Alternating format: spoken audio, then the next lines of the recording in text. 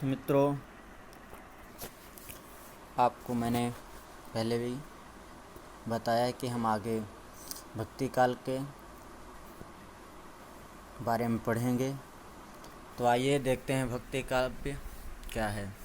तो पहले हिंदी साहित्य संत काव्य धारा निर्गुण ज्ञान मार्गी शाखा के प्रमुख प्रवृत्तियाँ और विशेषताएं देख लेते हैं।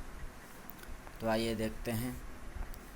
हिंदी संत काव्य धारा की प्रमुख प्रवृत्तियों का उद्घाटन कीजिए। ऊपर लिखा है, आप देख ही रहे होंगे। निर्गुण ज्ञानाश्रयी काव्य धारा या संत काव्य धारा भक्ति काल की आरंभिक काव्य धारा है। इस धारा के प्रमुख कवि कबीरदास, रैदास, दादू दयाल,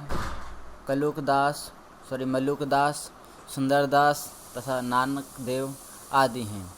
यह काव्य धारा साहित्य में एक क्रांतिकारी विचारधारा के रूप में विख्यात है, जिसने बाह्य आडंबरों तथा सामाजिक विषमताओं के प्रति जोरदार विद्रोह किया। इस काव्य धारा की प्रमुख प्रवृत्तियां निम्नलिखित हैं। तो ये आपको दिख रहा होगा, संत कवि किसी निश्चित दार्शनिक मत के समर्थक नहीं हैं। इनका कोई एक निश्चित दार्शनिक आधार नहीं है। निरक्षर एवं बहुश्रुत होने के कारण ये अनेक दर्शनों से प्रभावित हैं। शंकर के अद्वैतवाद के साथ साथ नाथों के हठयोग, सूफियों के तसव्वुफ़ आदि का प्रभाव इन पर पड़ा है। देखिए, कह रहे हैं कि लाली मेरे लाल की जित देखूं तित लाल, लाली देखन मैं चली मैं भी हो गई लाल।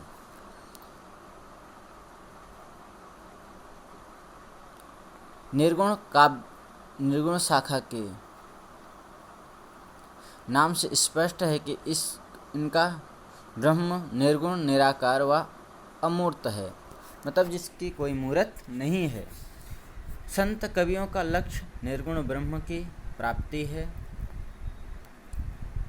और देखिए, ये कह रहे हैं, दशरथ सुत त्यों लोक बखाना, राम नाम का मरम न आना, मरम है आना। निर्गुण राम जपहु रे भाई, अभी गत की गति लखी न जाई। ऐसा निर्गुण शाखा के कवि कहते थे कि निर्गुण राम जपहु रे भाई, मतलब जिनका कोई गुण नहीं, स्वरूप नहीं है, ऐसे राम को जपो। संत काव्य धारा के में गुरु का स्थान सर्वोच्च है। यहाँ ब्रह्म निर्गुण है, जिसे जानने के लिए गुरु के महत्व को प्रतिपादित किया गया है। उसे ईश्वर से भी ऊंचा स्थान दिया गया है, क्योंकि ईश्वर की प्राप्ति का मार्ग दिखाने वाला गुरु ही है। गुरु का महत्व सगुण भक्ति धारा में भी स्वीकार किया गया है, परंतु गुरु को जो महत्व संत कवियों ने दिया है वह अत्यंत दुर्लभ है। कहते हैं, गुरु गोविंद दो खड़े काके लागों पाए, बलिहारी गुरु आपने गोविंद दियो बताए। कि संत कवि प्रायः निर्भर थे।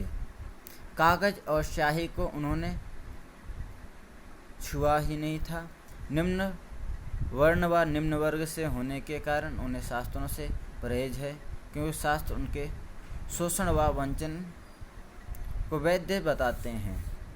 अब देखते हैं आगे। ये संस्कीरत है कूप जल, भाखा बहता नीर, पोथी पढ़ी पढ़ी जग मुआ, पंडित भया न कोई, ढाई आखर प्रेम का पढ़े सो पंडित होय। इनका मानना था कि मतलब पोथी पढ़ने से कोई पंडित नहीं बनता है।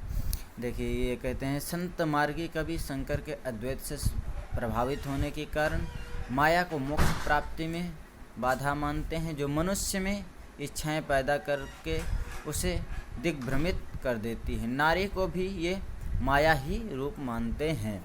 ये कहते हैं नारी के लिए कि माया महठनी हम जानी, त्रिगुण फांस लिए कर डोले, बोले मधुरी बानी। संत काव्य धारा की सर्वप्रमुख विशेषता थी कि इस धारा के संत कवियों में आत्मविश्वास की प्रबलता थी। निरक्षर होने के कारण ये शास्त्रों को पढ़ नहीं पाए, परंतु उन्होंने शंकराचार्य, वैष्णव व सूफी व नाथ परंपरा से अच्छे लगने वाले विचारों को ग्रहण किया। उन्होंने अपने रचनाओं में स्वानुभूत तथा सामाजिक यथार्थ को व्यक्त किया। इनमें लापरवाही भरा आत्मविश्वास तथा घर फूंक मस्ती थी, जो कबीर में इस रूप में व्यक्त हुई है। कबीरा खड़ा बाजार में ली लुकाठी हाथ, जो घर फूंके अपना चले हमारे साथ। ऐसा कबीरदास जी कहा करते थे। साथ ही कबीर और अन्य संत कवियों ने बाह्य आडंबरों तथा सामाजिक कुरीतियों पर करारा व्यंग किया। इनके व्यंग में जो पैमाना व तार्किकता है वह अत्यंत दुर्लभ है। कबीर मूल्य को फटकारते हुए लिखते हैं, कांकर पाथर जोरी के मस्जिद लई बनाए, ता चढ़ी मुल्ला बाग दे, क्या बहरा हुआ खुदाए। यही नहीं, संतों ने हिंदू धर्म में आई विकृतियों जैसे जप तप, मूर्ति पूजा, तीर्थ आदि दिखावटी कृतियों की पुरजोर आलोचना की। पाहन पूजे हरि मिले तो, कहते हैं कि पाहन पूजे हरि मिले तो मैं पूजूं पहाड़, ताते तो चाकी भली पीस खाए संसार। संत मार्गी धारा के सभी कवि निचली जातियों से थे। और बाकी आप पढ़ लेना, ये पीडीएफ है, मैंने पीडीएफ की बना दी है वीडियो। जो तो बांभर बंभनी जाए, तो आन बाट हवई क्यों अहिनाया, जो तो तुरक तुरखनी जाए, तो पहले ही खतना क्यों न कराया। इसलिए इतना विश्वास केवल एक धर्म मानव धर्म में है। ये कहते थे कि केवल एक धर्म है, वह है मानव धर्म है। मूर्ति पूजा को इन्होंने निषेध किया, मूर्ति पूजन का खंडन किया और स्वरूप नहीं है भगवान का, ऐसा निर्गुण कवियों ने माना है। कहते हैं जाति पाति पूछे नहीं कोई, हरि को भजे सो हरि का होई। कहते हैं जाति पाति कोई नहीं पूछता है, जो हरि को भजता है वो हरि का होता है। फिर कहते हैं भक्ति काल हिंदुओं और मुसलमानों के आरंभिक साहित्य सह अस्तित्व का काल था, जिसमें उनमें पारस्परिक प्रेम और सौहार्द के साथ स्थान पर अपने अपने धर्मों के प्रति लगाव तथा दूसरे के प्रति कटुता व्याप्त थी। इसी कारण इन कवियों ने इन विदेशी मानसिकता वाले दोनों ही वर्गों को फटकारा तथा सौहार्द की सीख दी। कहे हिंदू कहे मोहि राम पियारा, तुर्क कहे रहीमान न, कबीरा लड़ी लड़ी दोनों मुए, मरम न काहू जाना। कहते हैं कि हिंदू कहता मुझे राम प्यारा है, और तुर्क मतलब मुसलमान जो है वो कहते हैं मुझे रहीम प्यारा है। अब इनकी शिल्पगत विशेषताएं देखिए। कहते हैं दृष्टिकोण देखते हैं। यहाँ पे संत कवि मूलतः भक्त हैं, कवि नहीं। उन्होंने ईमानदारी और सहजता के साथ सीधे सीधे अपने भावों को अभिव्यक्त किया है। स्वयं को श्रेष्ठ कवि सिद्ध करने का इनका उद्देश्य कभी नहीं था। अतः शिल्प की सजगता और बारीकी इनके काव्य में नहीं दिखाई देती है। ठीक है, अब देखते हैं भाषा क्या है इनकी। तो संत कवि बहुश्रुत तथा घुमक्कड़ प्रवृत्ति के थे। घुमक्कड़ मतलब घूमते रहते थे, जगह जगह पर जाकर उपदेश देना इनका स्वभाव था। अतः इनकी भाषा में भिन्न भिन्न स्थानों के शब्द जुड़ गए हैं। इन्होंने अनेक संप्रदायों के मतों को ग्रहण किया, अतः इनकी शब्दावली का भी स्वाभाविक प्रयोग किया। इन सब का प्रयोग इनकी भाषा पर पड़ा और इनकी भाषा सदुक्कड़ी हो गई है। इनकी भाषा में ब्रज, राजस्थानी, पंजाबी, अरबी, फारसी आदि भाषाओं के शब्दों का प्रयोग हुआ है। यह आमजन की भाषा है तथा अलंकारों, शब्दों व चमत्कारों के फेर में न पड़ने वाली भाषा है। ये कवि स्पष्टतः कहते हैं, संस्कीरत है कूप जल, भाखा बहता नीर। कबीर कहते हैं संस्कीरत है कूप जल, भाका बहता नीर। कहते हैं भाषा जो है वो बहती रहती, निरंतर जहाँ पे जाओगे वहाँ अनेक तरह की मिलती रहती, ऐसा इनका मानना, ऐसा है भी। तो देखते हैं आगे। कहते हैं उल्ट बांसी। उल्टाबांसी। हठयोग के प्रभाव के कारण इनकी भाषा में उल्टाबांसियों का प्रयोग हुआ है। ये अंतःसाधनात्मक अनुभूतियों को व्याप्त करने वाली प्रतीकात्मक उक्तियाँ हैं जो नाथों की संध्या भाषा का ही अगला चरण है।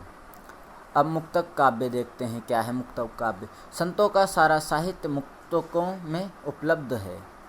भक्त संत जिन अमूर्त की चर्चा करते हैं तथा जिन अंतः साधनात्मक अनुभूतियों को वे अभिव्यक्त करना चाहते हैं, वे उसके लिए मुक्तक शैली की ही उपयुक्त थी। अब छंद देखते हैं। निर्गुण संतों ने कई प्रकार के छंदों का प्रयोग किया है। इनमें दोहा, शबद, रमैनी, फाग आदि छंदों में रचनाएं लिखी गई हैं।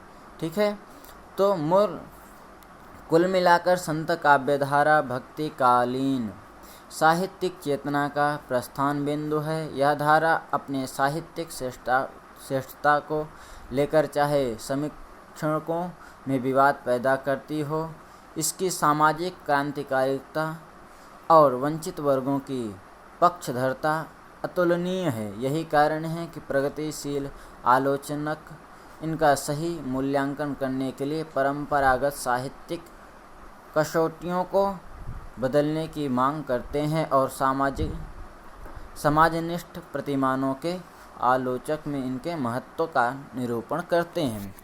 तो आपने देखा कि हमने ये आपको पूरा PDF पढ़ा दिया। हिंदी साहित्य संत काव्यधारा निर्गुण ज्ञान मार्गी शाखा, प्रमुख प्रवृत्तियाँ और विशेषताएं हमने आज आपको समझाई हैं। मैं आगे आपको हिंदी साहित्य के भक्ति काल के प्रमुख कवि और उनकी रचनाएं आपके सामने लेके आऊँगा। और मुझे आशा है कि आपको वीडियो अच्छा लगा होगा, तो वीडियो को लाइक करना, सब्सक्राइब करना और शेयर करना।